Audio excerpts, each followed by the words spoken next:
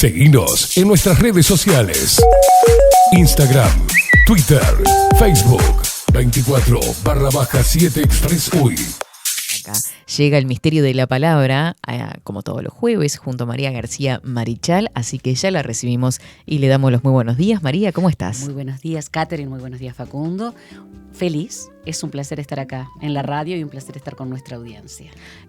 María es una mujer de radio, quiero que lo sepan, esto no es casual, ¿vieron la hermosa voz que tiene? Estás en otras columnas, vamos a saludar a Carlos, que fue el que nos hizo de nexo en alguna forma para que estés hoy acá. Sí, y te conocí gracias a Carlos Morti, un abrazo, un beso grande para Carlos Morti, de El Libertador, AM, 1210, un amigo querido, que también, con el que tenemos...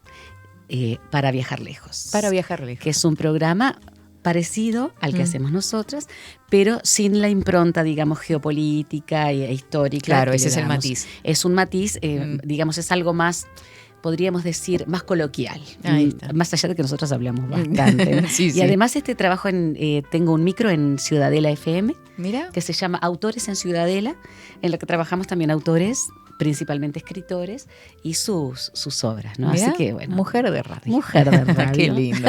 Qué lindo disfrutar. Es hermoso. Hoy la consigna que dejábamos planteada tanto en Instagram como en Telegram era, ¿quién no conocía a El Loro Pelado, a La Miel Silvestre, o a esos cuentos de amor, locura y muerte que en algún punto alguien lo tendría que haber tratado, seguramente? La gallina degollada. El hijo. Bueno, te voy a contar una cosa, porque te dije que antes de empezar nuestra columna te dije que te la iba a contar y te la voy a contar ahora.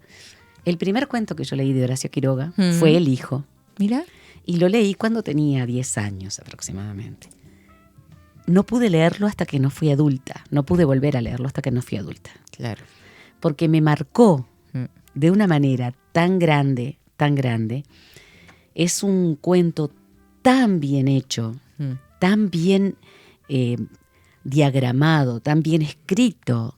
Las sensaciones, los sentimientos están tan bien presentados que, me marcaron, me sensibilizaron de una manera que no pude leerlo de nuevo hasta que no fui adulta. Impactante, claro, para una niña de 10 años. Para una niña de 10 años. Pero quiero aclarar una cosa que vos sabés, Catherine, que Horacio Quiroga, e incluso cuando escribía para sus hijos, como El Loro Pelado, como la Gamita Ciega, como lo que vos me decías, La Miel Silvestre, escribía historia de dos cachorros de hombre y dos cachorros de coatí y dos cachorros de hombre. Escribía de una manera en la que estaban perfectamente combinadas la crueldad y la belleza, la ternura y el dolor. No escribía para los niños cosas diferentes, salvo, por supuesto, aquellas que los padres o los mayores responsables limitaran. Pero él escribía para todos. Entonces, cuando él escribía a sus hijos, que eran niños, lo leían antes que nadie. Y después te voy a decir algunas cosas que hacía con sus hijos, que la primera esposa casi se enloquece. Sí. Bueno, su primera esposa se suicidó y hay una historia. Es una historia muy dolorosa y muy trágica, la de Horacio Quiroga. Pero ¿qué te parece si empezamos con un cuento? Vamos a hacer al revés. Claro, hoy hacemos al revés. Me encanta. Yo leería El hijo porque es maravilloso, pero como es tan extenso, voy a leer uno que yo sé que la mayor parte de nuestros oyentes conoce. Y vos también. A la deriva. El hombre pisó algo blanduzco y enseguida sintió la mordedura en el pie. Saltó adelante y al volverse con un juramento vio una yararacuzú que arrollada sobre sí misma esperaba otro ataque. El hombre echó una veloz ojeada a su pie, donde 2 gotitas de sangre engrosaban dificultosamente, y sacó el machete de la cintura. La víbora vio la amenaza y hundió más la cabeza en el centro mismo de su espiral, pero el machete cayó de lomo dislocándole las vértebras. El hombre se bajó hasta la mordedura, quitó las gotitas de sangre y durante un instante contempló. Un dolor agudo nacía de los 2 puntitos violetas y comenzaba a invadir todo el pie. Apresuradamente se ligó el tobillo con un pañuelo y siguió por la picada hacia su rancho. El dolor en el pie aumentaba, con sensación de tirante abultamiento, y de pronto el hombre sintió 2 o 3 fulgurantes puntadas que, como relámpagos, habían irradiado desde la herida hasta la mitad de la pantorrilla. Movía la pierna con dificultad. Una metálica sequedad de garganta, seguida de sed quemante, le arrancó un nuevo juramento. Llegó por fin al rancho y se echó de brazos sobre la rueda de un trapiche. Los 2 puntitos violeta desaparecían ahora en la monstruosa hinchazón del pie entero.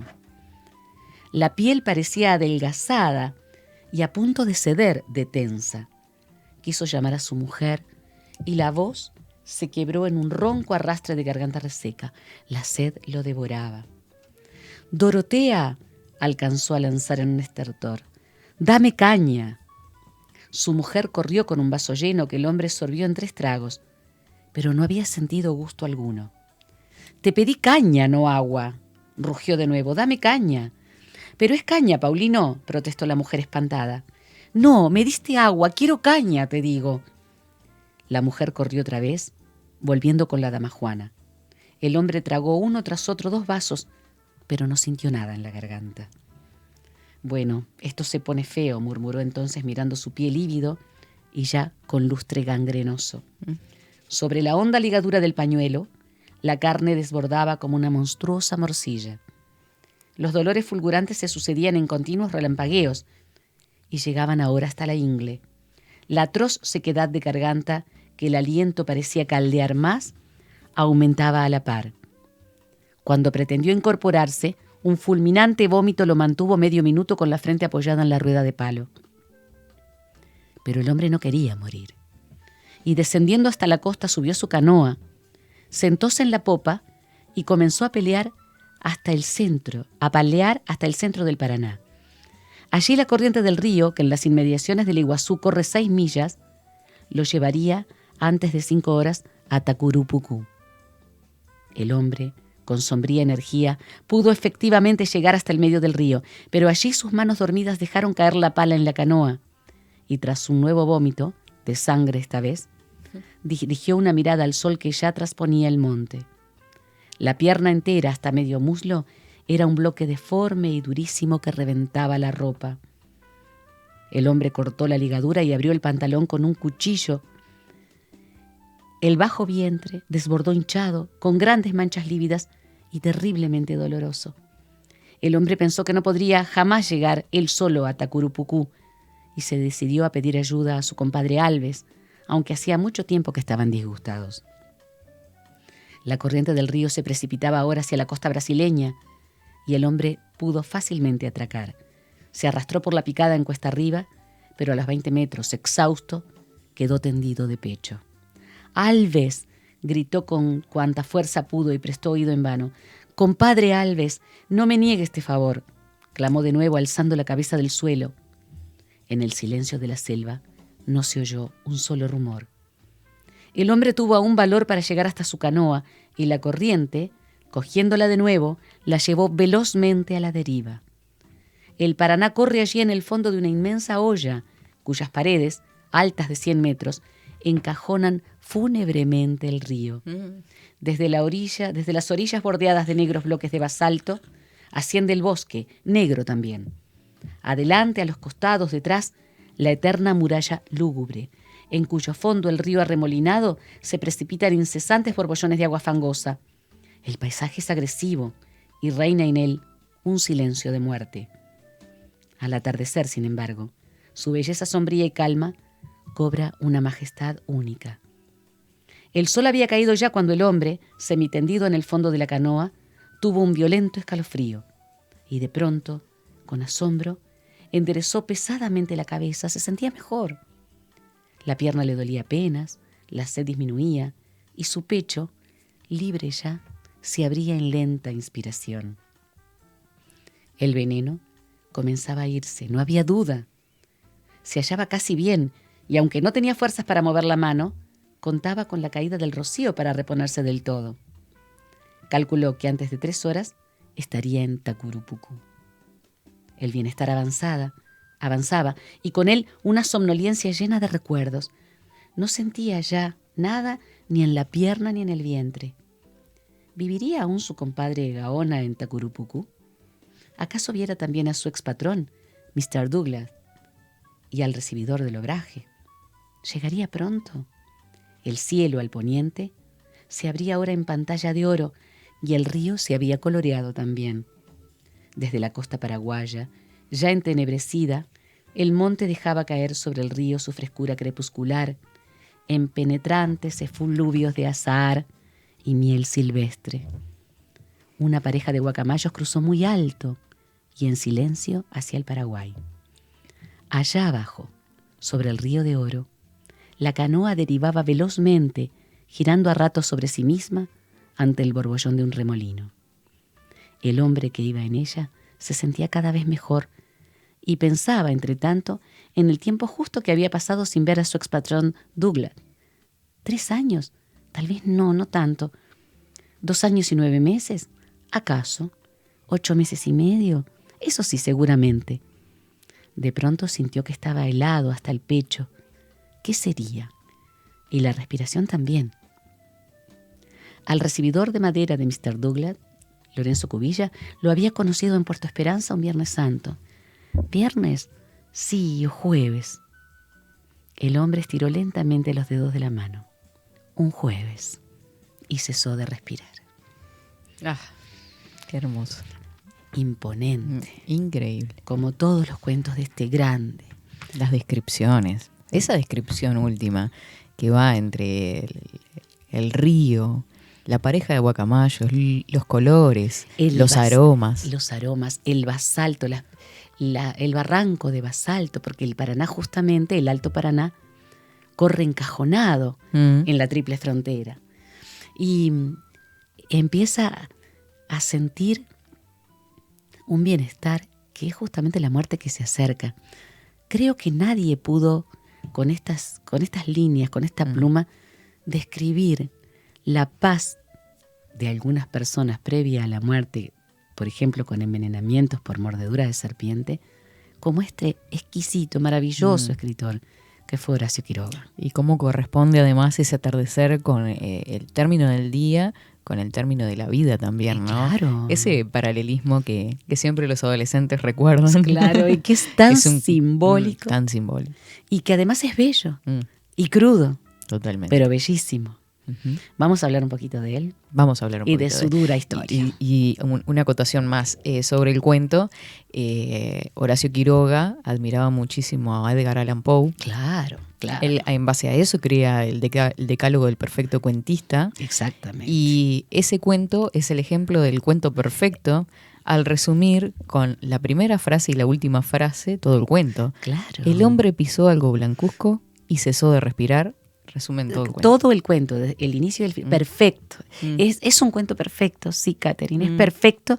Y el decálogo del perfecto cuentista, que es una obra magnífica y que está inspirada en Poe, hacen de Horacio Quiroga un artífice, un artista, un pintor. Porque lo que hace, además de plantear la tragedia y los momentos, es pintar en un paisaje y en el transcurso de un hecho el final de una vida.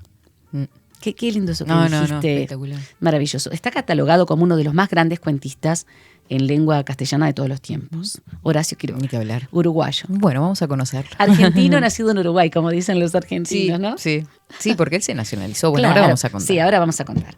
Se llamaba Horacio Silvestre Quiroga Forteza. Fue poeta, dramaturgo y cuentista uruguayo por nacimiento. Nació el 31 de diciembre de 1878 en Salto, en Uruguay, y falleció el 19 de febrero de 1937 en Buenos Aires, Argentina. Sus padres eran Prudencio Quiroga y Pastora Forteza, y tuvo 2 hermanos que se llamaban como los padres, Prudencio y Pastora. Es considerado, como decíamos con Catherine, uno de los más grandes exponentes de los escritores de cuentos latinoamericanos de todos los tiempos. Se considera que su obra se ubica entre la declinación del modernismo justamente y las vanguardias.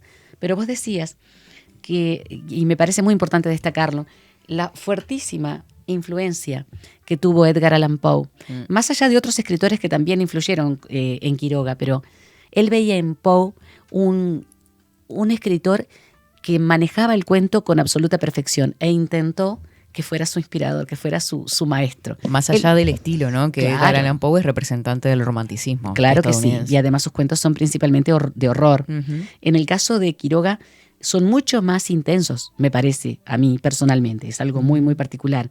Vos sos la profesora de literatura, Catherine. Pero a mí me parece que es muy intenso porque va más allá de lo horroroso, porque hay mucho horror en algunos de los cuentos de Horacio Quiroga. Sí. Pero hay ternura, belleza. Hay una maravilla, lo vemos en el cuento A la deriva, por ejemplo. El paisaje, el paralelismo entre la hora y la vida. La belleza del lugar que él amó, por otra parte. Totalmente. Que se refleja en sus letras, En ¿no? todos sus libros, en Ni que todos sus hablar. cuentos sobre todo. Tuvo una vida profundamente trágica, profundamente trágica. Vamos a ir viendo a medida que hablemos, de que charlemos, cómo fueron dándose las cosas. Pero, por ejemplo, mató accidentalmente a uno de sus mejores amigos, Ujú. que fue Federico Ferrando. Su padre murió en un accidente de casa. De ahí tal vez que el hijo haya sido uno de sus mejores cuentos, Sí. junto a La deriva, ¿no? El impacto que le generó, El ¿no? impacto que le generó. Después se suicidó su padrastro. Su primera esposa también se suicidó. Mm, Y él mismo muere por suicidio. claro. Y después vamos a ver otras Todo el otras entorno. otras situaciones, otro entorno. Horacio estudió en Montevideo. Tuvo una formación técnica porque fue al Instituto Politécnico de Montevideo. Ujú. Tuvo una formación de cultura general, podríamos decir, porque fue al Colegio Nacional, pero también estudió fotografía. Sí. Y era ciclista. Ah, eso de ciclista no lo sí, sabía. Sí, era ciclista. Incluso él fundó el Club Ciclista de Paysandú, si no me equivoco, el de Paysandú, porque hacía bicicleta de salto a Paysandú. Me muero. E incluso su bicicleta, su última bicicleta, está en el Museo de Horacio Quiroga en Salto. Ah, mira. Está Nunca lo visité el museo. Sí, hay un museo en Salto y hay uno también en la provincia de Misiones, en la que está la bicicleta que usó mientras estuvo allá, hasta que se fue a Buenos Aires, ¿no? Muy enfermo ya. Así que fue un estudioso y sabes que desde un punto de vista más autodidacta estudió los recursos edáficos, es decir, los tipos de suelo y las producciones que cada uno podrían tener, incluso el trabajo en el suelo directamente, la plantación, el tipo de cultivo. Por esa razón también fue un productor de yerba mate y de cítricos y de té muy reconocido en Misiones. O sea, fue polifacético. Un hombre Totalmente. polifacético. Hay fotografías Sí. que recuerdan eso, el lugar cuando él primeramente se instala en, Claro, en en Misiones. Misiones. Que habían partes peladas donde se generan las construcciones. Claro. Que él mismo fue generando la vegetación ahí. Todo lo fue haciendo él. Incluso el mismo bungalow en el que vivió, el primero, fue construido por sus propias manos. Era un hombre que tenía además unas manos hermosas, un hombre muy delgado, muy alto, muy longilíneo. Tenía unas hermosas manos de dedos largos que eran muy delicadas para usar, por ejemplo, en aquel tiempo, ¿no? Para el revelado de la fotografía, para todo lo que era ese mecanismo cuidadoso, pero que también eran manos de agricultor. Claro. O sea, un hombre muy, muy, con un abanico de posibilidades, muy polifacético. Totalmente. Su primera obra publicada cuando era muy joven fue Una estación de amor. Era muy enamorado. Vos sabías Sí. que andaba con un pañuelo blanco, impregnado en agua de colonia, y cuando había una chica que le gustaba, normalmente, sin que ella se diera cuenta, hacía caer el pañuelo, después lo levantaba y decía, ¿es suyo este? Hay una foto en la que está con ese juego con Alfonsina Storni, Mira. con quien también se dice que tuvo un romance. Sí, ¿no? sí. Un hombre muy particular. Una estación de amor de 1898, justamente inspirada en uno de esos amores que él tuvo. Después de fundar la revista de Salto en su ciudad natal, en 1899 viajó a París. Su padrastro se había suicidado y les dejó una herencia que repartieron entre los hermanos, y él se fue en primera clase, en barco por supuesto en aquella época, a París a conocer a Rubén Darío, que fue su maestro en el modernismo, ¿no?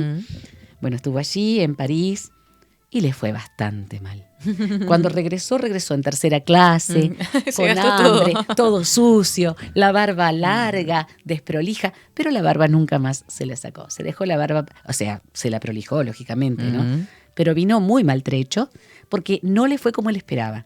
Él esperó tener éxito como escritor en Claro. Europa y no es tan fácil. No es tan Y más fácil. una sociedad como París, ¿no? Por supuesto, habíamos hablado ya alguna vez que en aquel tiempo además, Ujú. y sigue siéndolo en muchos estratos, es muy elitista, Sí. es una sociedad en la cual tenés que entrar principalmente por una cuestión de reconocimiento de quienes estén en la cúspide. En algunos casos lo sigue siendo, hasta en el mundo de la moda, Claro.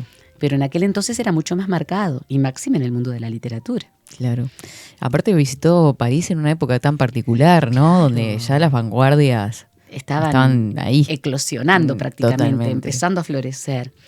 Y eso le llamó mucho la atención. E incluso muchas de sus historias son vanguardistas. Sí. Hay un cuento sobre el cine, en el que hay mucho de Poe también allí, en que los personajes viven después de que la gente se va de la sala de cine. Tal vez alguno de nuestros... Es que en realidad Quiroga era muy amante del Le cine, encantaba. sobre todo del cine mudo. Le encantaba, claro que le encantaba. Así que yo me imagino que debió ser un artista desde todos los puntos de vista. Es raro que no haya pintado, pero fotografió. No sabemos. Bueno, de pronto nos sorprende algún descubrimiento. Bueno, cuando regresó, entonces que regresó maltrecho, tuvo que recomponerse, fundó el famoso Consistorio del Gaisaber, que era con la Torre de los Panoramas el elemento, digamos, el núcleo de intelectuales del Montevideo de la época. Claro. Y allí tenemos, por supuesto, a Julio Herrera y Reisig, ¿no? Ujú. Son cenáculos prácticamente, núcleos de gente sumamente preparada y que además quería trascender, Ujú. que estudiaban, que leían. Entonces lo vamos a ver muy, pero muy activo en ese momento y siendo uno de los grandes, ¿no? Siendo uno de los grandes representantes del Consistorio del Gaisaber. Claro, por supuesto, no a todo el mundo le gustaba lo que escribía Quiroga, lo que escribía Federico Ferrando, lo que escribía Julio Herrera y Reisig, que es Julio Herrera y Reisig es maestro del modernismo, de la poesía modernista en América Latina. Pero bueno, a Federico Ferrando no le cayó muy bien el comentario que hizo un periodista acerca de su obra y lo retó a duelo. Lo retó a duelo y le pidió a Horacio Quiroga que fuera su padrino. Y Horacio Quiroga tenía tanto miedo de que su amigo fuera a morir que le pidió que le diera el revólver con el que se iba a batir a duelo con el periodista para limpiarlo. Y cuando lo va a limpiar se le escapa un tiro que le da en la boca a Federico Ferrando y muere en el instante. Qué locura. Eso ya venía mal porque venía con el padre que se había muerto en un accidente de casa, el padrastro suicida, toda la situación de aquel París que no pudo conquistar. Y esto lo marcó para el resto de su vida. Incluso adelgazó muchísimo y nunca más recuperó los kilos. Se lo ve en las fotos como un hombre muy cadavérico, muy delgadito, de mirada muy triste. Lo de Federico Ferrando lo dejó muy, muy mal. Después de esto, que fue sumamente complejo y muy difícil para él, va a escribir Los arrecifes de coral. Se va a instalar en Buenos Aires, no quería estar más en Montevideo debido a lo que le había pasado. Publica Los arrecifes de coral, que incluye poemas, prosas y cuentos, muy modernistas todavía no tienen la impronta aquella del Horacio Quiroga que conocemos. En 1904 publicó los relatos El crimen de otro. Está en El crimen de otro, que es un conjunto de relatos, y en 1905 Los perseguidos. Después de hacer un viaje por la provincia de Misiones, de la que se enamora en forma definitiva, con Leopoldo Lugones. Eso. Leopoldo Lugones le pide Claro. a Horacio Quiroga ir, pero en su como fotógrafo en realidad. Claro, como Lo fotógrafo. necesitaba. Claro, necesitaba dejar digamos, la referencia de ese viaje, las memorias de ese viaje en imágenes. Porque además Leopoldo Lugones no conocía Misiones. Claro. Y en el caso de Horacio Quiroga, que conoce Misiones en este momento, sus hermanos ya estaban en el Chaco. Entonces, seguramente ya había habido algún viaje más, pero con Leopoldo Lugones, Se ese encantó. viaje es que va a ser determinante en la vida de los dos escritores. Porque además van a generar una amistad que va a durar hasta la muerte de Lugones, ¿no? Que es anterior a la de Quiroga.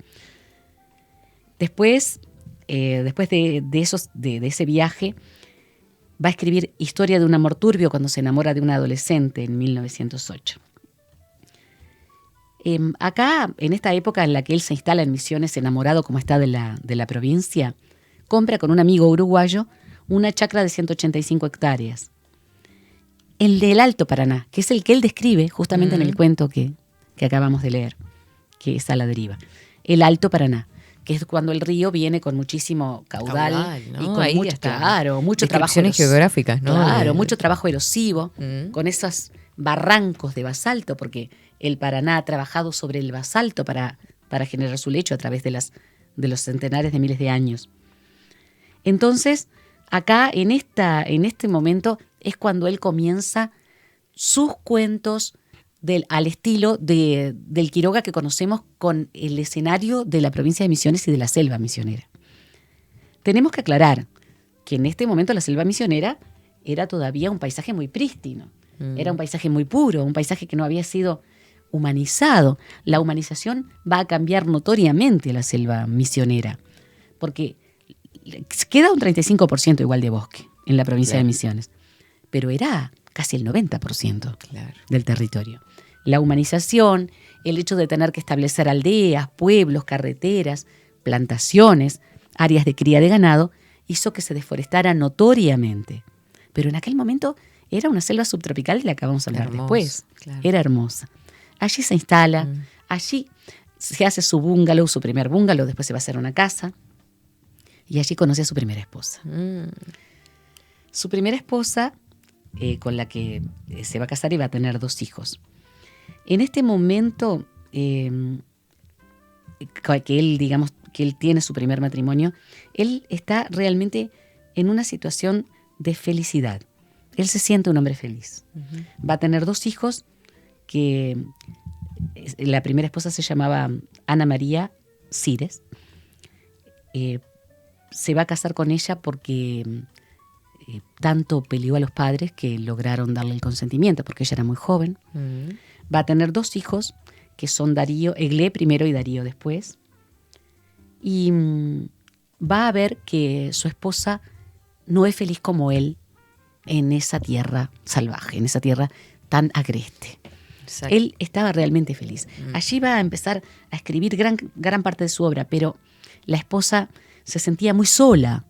Y es que imaginémonos, ¿no? Un lugar sin población. Totalmente. Con los ataques mismos de la naturaleza, bichos. La crueldad. La crueldad también, las ¿no? alimañas. El calor también. El calor intensísimo. Agobiante. Muy caluroso. Misiones es el lugar más caluroso de la República Argentina. Es tanto o más caluroso que Paraguay. Claro. Tiene una humedad elevadísima. Húmeda. Mucha humedad, es mucha la humedad. Siempre hay barro, siempre hay bichos, como decías vos. Mirá, allí está la provincia de Misiones, mostrada por Facundo. Fíjate dónde está. El trópico de Capricornio, que atraviesa la mitad de Paraguay, está cerquita del límite de la Triple Frontera. En la Triple Frontera están justamente las cataratas del Iguazú. Claro. Argentina, Paraguay y Brasil. Y allí, muy cerquita, estaba San Ignacio, que es cerca de donde él tenía el campo. Él era el juez de paz, llegó a ser el juez de paz de San Ignacio. Es un área, además, donde vivía Horacio, un área de muchas ruinas jesuíticas. Claro. Es un lugar muy valioso desde el punto de vista de la arquitectura, de la colonización, del poblamiento, e incluso hasta de la situación idiomática. En esta área se habla muchísimo el guaraní. Claro. Además del castellano. Bueno, piensen en esa mujer entonces, qué tan alejada estaba en realidad de los suyos, también. De sus raíces, de su gente, de sus amigos, criando a sus hijos allí.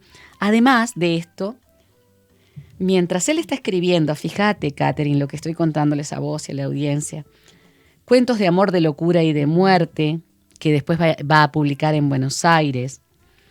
Y además Historia de un amor turbio, de la que ya te había hablado, él va a criar a sus hijos como le gustaba a él. Entonces, por ejemplo, los dejaba de noche afuera. No como castigo, para que aprendieran. A los niños les encantaba. Claro. Que jugaran con los bichitos, que jugaran con los bichos que aparecían en la selva, que criaran coatíes, que supieran qué víboras eran venenosas y cuáles no eran venenosas. Claro, un conocimiento de la selva tremendo. Los sentaba, Catherine, en la orilla de los acantilados, donde allá a decenas de metros más abajo corría el agua. Los sentaba con, Pobre madre, con las entiendo. piernitas y ella se volvía loca. Claro. Se volvía loca porque no quería que sus hijos pasaran por eso, pero sus hijos eran felices. Él los estaba criando para vivir en esa vida de naturaleza pura y dura, porque es pura y es dura. Por ejemplo, a mí me duele muchísimo ahora, cuando recuerdo el cuento, lo que hace el pobre hombre mordido por la yararacuzú. Nosotros la conocemos como yara o yarará, y hay en el norte. Normalmente no tienen una cantidad de veneno que sea mortal, por lo menos las que hay acá en el territorio. Claro. Pero algunas personas, sobre todo aquellas personas que tienen algún tipo de problema con alergias y todo lo demás, he sabido de personas cercanas a mí a las que una mordida de yarará o yara ha matado. La agonía es bastante larga. Aquí aparece como algo muy, muy, muy breve en el tiempo. Claro, un día o menos de un día. O menos de un día, prácticamente. Y él la mata, es decir, le da con el lomo del machete y le deshace las vértebras, porque la yarará tiene un esqueleto sumamente frágil. Claro. Por eso es una víbora que normalmente se arrolla, se enrolla, se hace una espiral sobre sí misma, de la cola a la cabeza, y solamente muerde si es atacada. El hombre la pisa sin querer. Claro. Y ella se siente atacada. Pero en realidad es una serpiente sumamente frágil que lo que hace es huir. Claro. Él la pisó sin querer, y aquí es donde vemos justamente toda la tragedia que se va dando con este cuento, que además es magnífico, porque el proceso que cuenta es tremendo. Es estupendo. Tremendo. La esposa, entre todo lo que vivía, la soledad y todo lo demás, termina suicidándose. Bebió un producto que él tenía para la fotografía y falleció. Entonces él se muda con sus hijos a Buenos Aires. Fue terrible para él. Claro. Otro suicidio, otra muerte. Y después de vivir ese periodo de felicidad. Claro, ese periodo que él le resultó de tanta felicidad, de tanta euforia, incluso vivir esto otra vez. Es que él en realidad ahí se daba cuenta de lo que le estaba pasando a la mujer y no entendía cómo ella no lo disfrutaba de la misma manera, y se daba cuenta de que en realidad en muchos pasajes él ponía su felicidad por delante de lo que ella estaba sintiendo, ¿no? Mira, Catherine, sí. Eso lo vi a través de una carta. Ahora entiendo. Es decir, es comprensible totalmente. Porque claro, él no la puede entender, no puede entender. ¿Cómo no está siendo feliz con eso que están viviendo? Que están viviendo, que para él era maravilloso. Totalmente. Y el suicidio de él. Ese es un pasaje de un documental que está en YouTube, muy lindo, es de unos 50 minutos. Hay personajes incluso que están recreando a Horacio Quiroga en esa tarea de ser, mirá el personaje que escogen, ser fotógrafo, de cómo se acerca a Misiones junto a Leopoldo Lugones. Es toda una recreación de ese momento, de ese primer acercamiento. Lo voy a ver.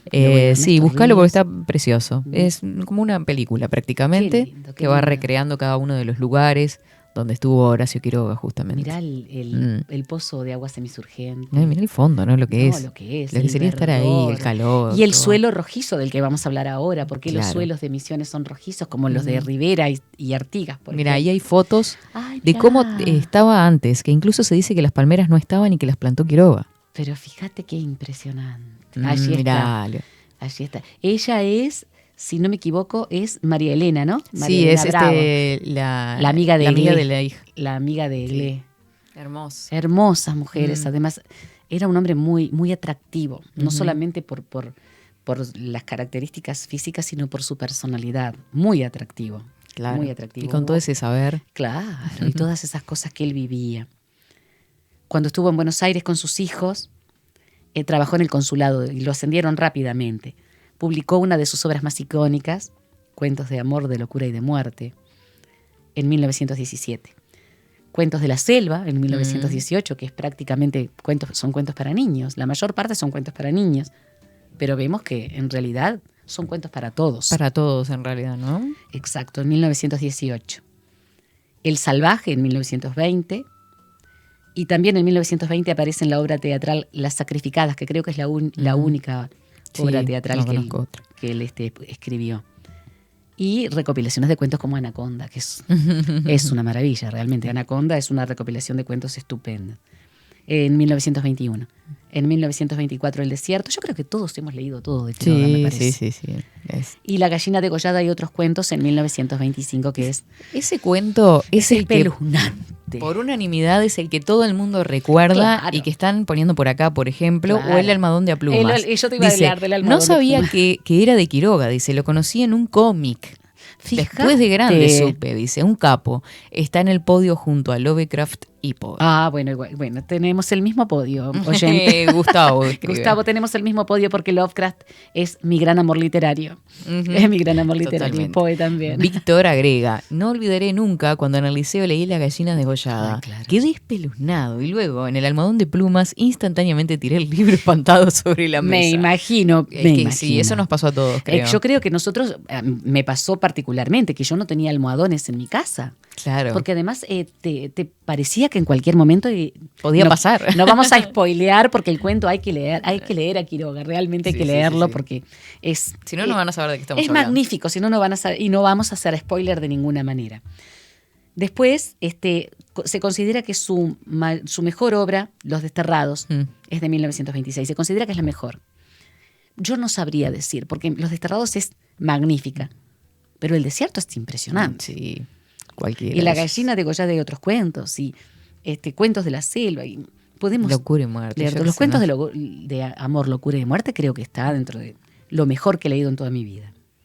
Colaboró también en este tiempo en Caras y Caretas, Fray Mocho, que son todas revistas y publicaciones, La Novela Semanal y en el diario La Nación. En 1927 se casó con esa belleza de mujer que vimos en la foto, que se llamaba María Elena Bravo.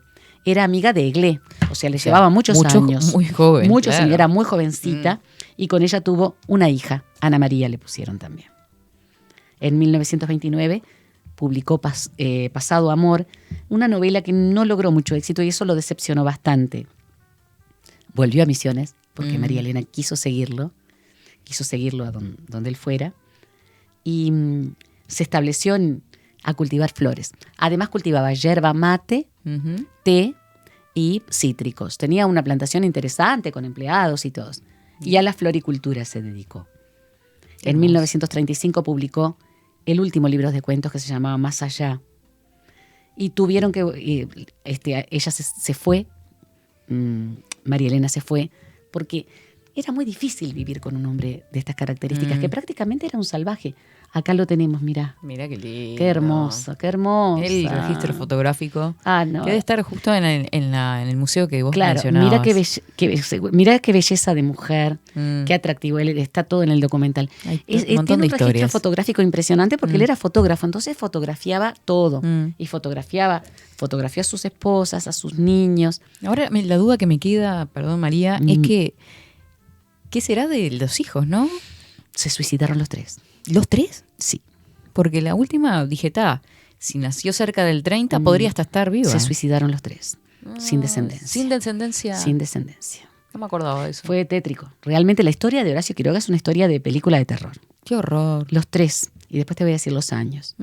Cuando yo me enteré de esto, cuando había, digamos, estaba como profesora de geografía trabajando, y mis alumnos querían conocer la provincia de Misiones a través de los cuentos de Horacio Quiroga, y ahí Claro. le hincamos el diente. Sí, te podrás ya imaginar, está. nosotros yo feliz Obvio. de la vida. Misiones y ya metemos Sí, literatura. Me por encanta. supuesto, era Sí, sí. maravilloso. La Mesopotamia. Vamos a estudiar la Mesopotamia argentina, profe, pero por supuesto. Con Quiroga, claro que sí. ¿Quién va a decir que no a semejante propuesta? Y me enteré de esta situación. Y por qué razón él no hay descendientes de Horacio Quiroga. Y vos sabés que me quedé muy perturbada. Sí. Me quedé muy marcada cuando leí El hijo siendo una niña muy chica. Quedé muy perturbada cuando supe que sus tres hijos se suicidaron. Porque ¿Qué fue historia? realmente... ¿Cómo está en el gen? Yo creo eso. Hemos hablado mucho con este grupo del que yo te hablaba hoy, Proyectos 2020, que es un grupo de jovencitos que trabajan con otros jóvenes sobre los casos de violencia, abuso, acoso, y cómo tratar de, primero, focalizarlo, entenderlo, definirlo, reconocerlo, y después qué hacer. Nosotros decimos que somos la luz verde del semáforo, ¿no? Claro. Y hablábamos con ellos que una de las cosas que vamos a hacer seguramente cerca de fin de año es intentar hacer talleres sobre la prevención de suicidio, principalmente el suicidio juvenil. Qué genial, María. Vos sabés que ellos están muy preocupados. Es un grupo tan lindo. ¿Es un grupo de Las Piedras? Es un grupo de Las Piedras y uno de ellos es de Montevideo. Son jovencitos, tienen entre 19 y 20 años y están trabajando desde que tenían 18. La pandemia nos detuvo y ahora estamos otra vez. Yo soy su referente, trabajan ellos. Y la principal idea es trabajar de jóvenes a jóvenes, ¿no? Pero el suicidio como un fenómeno que en Uruguay es realmente una epidemia. Y sinceramente, Catherine, eso que vos dijiste, ¿puede estar en los genes? Puede estar en los genes y no lo sabemos. Dicen, no es un comportamiento que se contagie. Yo he visto situaciones en las que el suicidio se da, por ejemplo, en algunos lugares geográficos de nuestro país, y se da uno y al poco tiempo en el mismo lugar otro y al poco tiempo otro. No sé hasta qué punto esos comportamientos que son de negarse a vivir no tienen algo que ver también con lo que le pasó a otro. No puede haber algo que no me animo a decir contagio, pero sí una cercanía con el comportamiento. No puede ser que en la familia de Quiroga haya todos estos suicidios. Tiene que haber algo que esté más allá de lo que nosotros podamos comprender. Ni que hablar. Esto Muy fue triste. terrible, fue muy triste. Bueno, quedó solito en Misiones y ya estaba con problemas de próstata. Entonces, cuando vio que estaba muy mal, su ex esposa le dijo que se fuera para Buenos Aires, que ella se encargaba de cuidarlo. Qué María amoroso. Elena Bravo, hasta el último día estuvo con él y lo cuidó hasta el último día.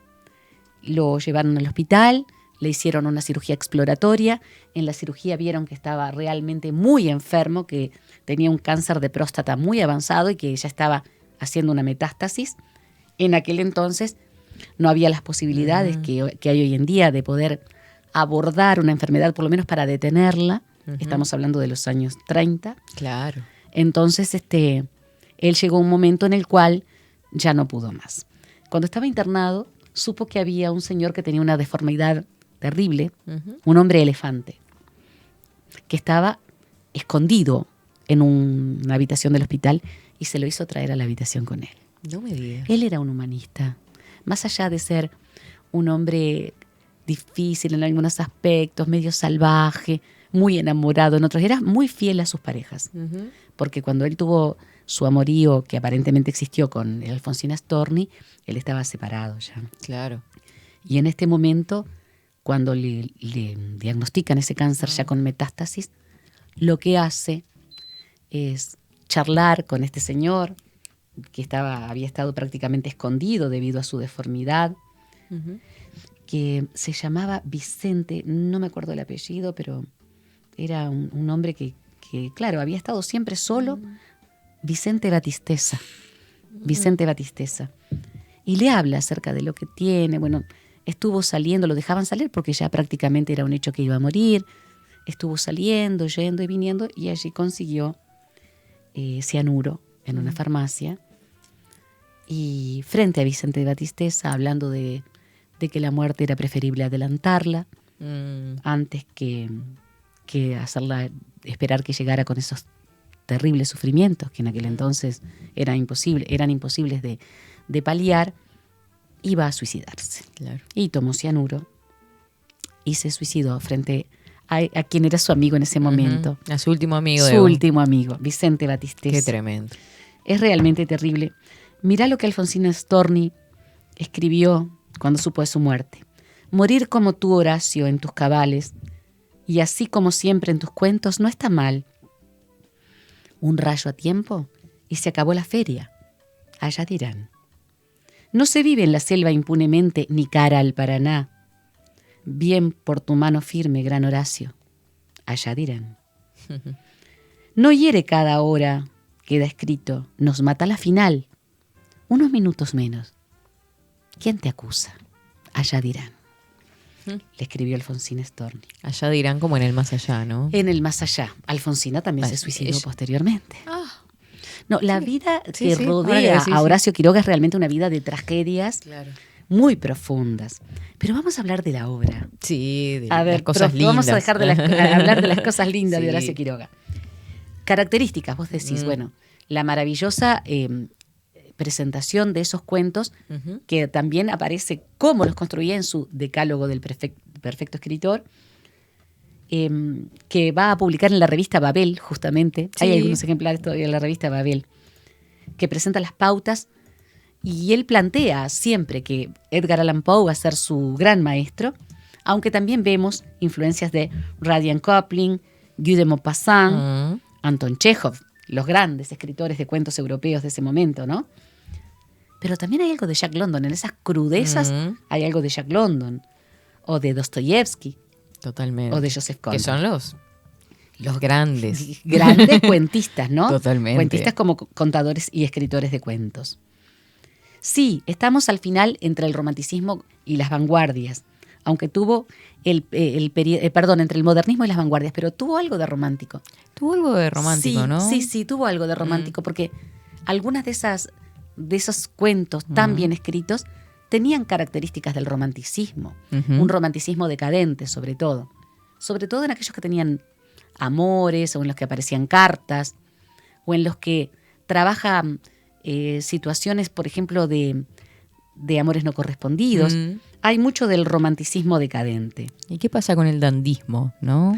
Con ese Quiroga que, ¿no? que Sí. visitó París y que es como alejado muchas veces y inmerso en la ciudad, pero a su mismo queriendo huir de ella. Sí, yo creo que hay mucho también allí, ¿no? De dandismo, porque hay además algo que tiene que ver con su personalidad, que es el hecho de su presencia, de su capacidad de encontrarse él como es él mismo y de representarse en la obra. Porque en muchos de estos cuentos hay personajes que son propios de la región, pero está él mismo. Y hay allí vanguardismo. Sí, por eso. Porque el vanguardismo que refleja la propia la característica del autor, la característica del escritor. El vanguardismo con respecto, por ejemplo, a la forma de expresar algunos enunciados, el uso de algunas terminologías, las imágenes que muchas veces son extremadamente disruptivas, porque lo que vimos parece un cuadro en movimiento, pero hay algunos de sus cuentos que son disruptivos, que son mucho más vanguardistas. Y él que visitó, por ejemplo, Francia, ¿no? El representante de ese justamente pasaje del romanticismo a las vanguardias es Baudelaire. Claro. ¿No? Que también es un representante del dandismo, de ese personaje también, bien vestido, del su modelo, la apariencia, que es lo el mismo cuidado, que Quiroga en realidad. que es lo mismo que Quiroga. Y yo te decía del pañuelo blanco perfumado con agua de colonia. Hay allí dandismo. Y hay también, cómo no, la influencia de Baudelaire como poeta maldito en la parte de los cuentos más oscuros de Quiroga. Sí. Entonces, hay todo una cuestión muy única de él, que lo hacen realmente muy original para todos los que lo leemos y para quienes lo admiran. Yo soy una profunda admiradora de Quiroga. Creo que lo he leído todo. Y tengo que releerlo. Es realmente una narrativa muy, muy particular, en la cual aparecen además los personajes propios de esa selva en la que vivía gente que tenía nada más que un techo para cobijarse. No nos olvidemos que allí había hacheros, había mineros, claro, había los primeros agricultores, estaban los primeros agricultores, los jangaderos, los hacheros y los jangaderos. La jangada es precioso esto. Cuando yo le contaba a mis alumnos, ellos no le podían creer. En los primeros tiempos, creo que en algunos lugares todavía se usa. Los hacheros, hoy en día lamentablemente las máquinas han cambiado a los hacheros, ¿no? Es verdad que el hachero tenía un trabajo sumamente difícil, claro, pero vivía de eso, y hoy en día son las máquinas las que cortan. Pero el hachero, ¿qué hacía? Iba tirando los troncos, generalmente se cortaba el árbol desde un lugar más alto y se iban haciendo rodar hasta el río. Entonces, por supuesto que había grandes sogas o grandes ramas que retenían, Y después, el mismo jangadero, casi siempre el hachero y el jangadero eran la misma persona, pero había quienes se dedicaban solo a hacer jangadas, se subía al tronco e iba guiando con una vara larga, aguas abajo, los troncos hasta llegar al aserradero. Allá lo esperaba otro que Para lo retenía recogerlos. para que los troncos no se fueran aguas abajo. Mira. La jangada. Hay incluso en algunas canciones y algunos temas folclóricos argentinos que hablan del jangadero y la jangada. Mira. Bueno, Qué también lindo. el Lelutier ahí. También presente. Lamentablemente no tengo otra opción más que nombrarlos porque en todos los aspectos de mi vida Han tocado todos los temas. Y hablan también. Y sí, Bueno, con tantos para- años de... Los jangaderos, bueno, el jangadero de Lelutier arrastra la jangada por el monte, era lógico, no le iba a llevar por el río, ¿no? Tenía que ser de Lelutier. Tenía que ser. Tenía que ser de Lelutier. Y bueno, estamos hablando de esa gente que vivía con todas las peripecias propias en plena naturaleza. Peligroso, ¿no? Muy También. peligroso, porque había mosquitos del dengue, mucha gente moría de dengue. Mosquitos, o sea, Aedes aegyptis en la zona de la selva misionera. Víboras venenosas, alacranes que no son venenosos, pero que para una persona alérgica, a una persona alérgica la puede matar. Abejas, avispas, Arañas. arañas, Lo que se imaginen, claro. todo lo que puedas imaginarte, más los animales que son tiernos y hermosos, pero todo esto existía también porque es la biodiversidad más grande que tiene Argentina. Claro. La provincia de Misiones Y es tiene... la 20 naturaleza defendiéndose, ¿no? Por Estamos de supuesto, acuerdo estamos también. hablando de que la naturaleza busca seguir. Habían hombres allí talando árboles. Claro, lógicamente, y hay una defensa. Claro. Yo a veces, tal vez Facundo se acuerde, que yo soy una defensora de la teoría de la biosfera defendiéndose a sí mismo, es decir, de Gaia. Mira. Gaia como, no como un ser racional, pero sí como una unidad Ujú. en la que la biosfera o la biosfera está totalmente articulada y está permanentemente en crecimiento, pero cuando se la daña se defiende. Claro. Y lo vemos, no voy a decir en la parte tectónica, porque lo tectónico corresponde al interior del planeta, pero en la parte climática, por ejemplo, en la parte atmosférica, en las aguas oceánicas, vemos a la naturaleza defendiéndose. Ujú. Y aquí la naturaleza se defiende. Claro. Y en el cuento, cuando con el lomo del machete, quien después muere, mata a la serpiente, está cometiendo un acto de crimen. Ujú. Es un criminal en la naturaleza. Claro. De alguna manera el veneno Es la respuesta. es ¿no? la respuesta. Más en una serpiente como la yarará o la yararacuzú, que es un animal cuyo esqueleto es muy frágil Claro. y que por eso pasa muchísimo tiempo escondida y trata de huir. Misiones es grande como Bélgica. Wow. Tiene 29.801 kilómetros cuadrados y en 2014 tenía 1.170.000 habitantes más o menos. Forma parte, con Entre Ríos y Corrientes, de la Mesopotamia argentina. Mesopotamia, mesopótamos, entre dos ríos, el Paraná y el Uruguay. Pero además está regada por el río Iguazú, el Pepiriguazú y otros muchos ríos que van a desembocar en el Paraná o en el Paraguay. Aquí está la triple frontera, Claro. con las cataratas del Iguazú. Qué paisaje. Ah, maravilloso. Hay una gran cantidad de cursos de agua. Ujú. El clima es subtropical húmedo. Subtropical porque no es ecuatorial, pero la temperatura media es de 24 grados durante todo el año. Los inviernos son un poquito más frescos, pero la humedad es tan alta que solamente sienten fresco quienes viven en Misiones y quienes se han criado allí. Claro. En general es un clima muy pesado, Ujú. con un tiempo atmosférico muy parecido siempre, horas de luz y horas de lluvia. Llueven 3.000 milímetros anuales, lo que significa que si vos juntaras toda el agua durante todo el año, tenés 3 metros de agua, 3 metros de altura de agua en el suelo. Ujú. Esos suelos de basalto, de arcilla, son los que le dan el color rojizo. Por eso, incluso veíamos ahí. en los cuentos, claro, y en los cuentos él habla de los suelos rojos, los suelos rojizos. Hay muchísimo óxido de hierro. Y esto le da la gran riqueza. Cuando se dieron cuenta, los colonizadores más tardíos, que aquí se podía cultivar té, que se podía cultivar cítricos Ujú. y que además se podía cultivar yerba mate, principalmente para las poblaciones guaraníes que tomaban mate y los criollos que se habían acostumbrado a él, comenzaron a talar el bosque. De allí que hoy el 35% de Misiones es boscosa. Ujú. Todo lo demás está surcado por carreteras, hay pueblos y ciudades, hay áreas agrícolas y áreas ganaderas. Claro. Es muy rica la provincia, sigue siendo muy rica. Hay también una minería muy activa, ¿no? Claro. Es Una provincia, actividad. claro. Y es una provincia muy rica en la que Quiroga quiso vivir hasta el final de sus días, pero no pudo, como es lógico, ¿no? Debido a su enfermedad. La región tiene la biodiversidad más grande de Argentina. Ujú. Y lo que puedas imaginar, desde yaguaretés, pasando por pumas, todas las aves que te puedas imaginar, guacamayos de todos los colores habidos y por haber, Qué belleza. mariposas de las más chiquitas hasta las más grandes, plantas de todos los tipos, hormigas, abejas, arañas, avispas, serpientes, monos, Ujú. desde los chiquitos a los monos aulladores, ¿no? Ujú. O los monos tití, que no son de los más grandes, pero que Pero están ahí. tienen una talla respetable. Esto hace del lugar un lugar hoy en día muy protegido.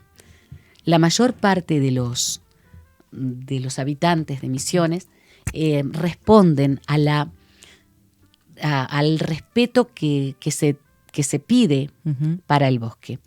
Por ejemplo, se han creado parques nacionales de gran extensión, entre ellos el de Iguazú, que tiene las cataratas, ¿no?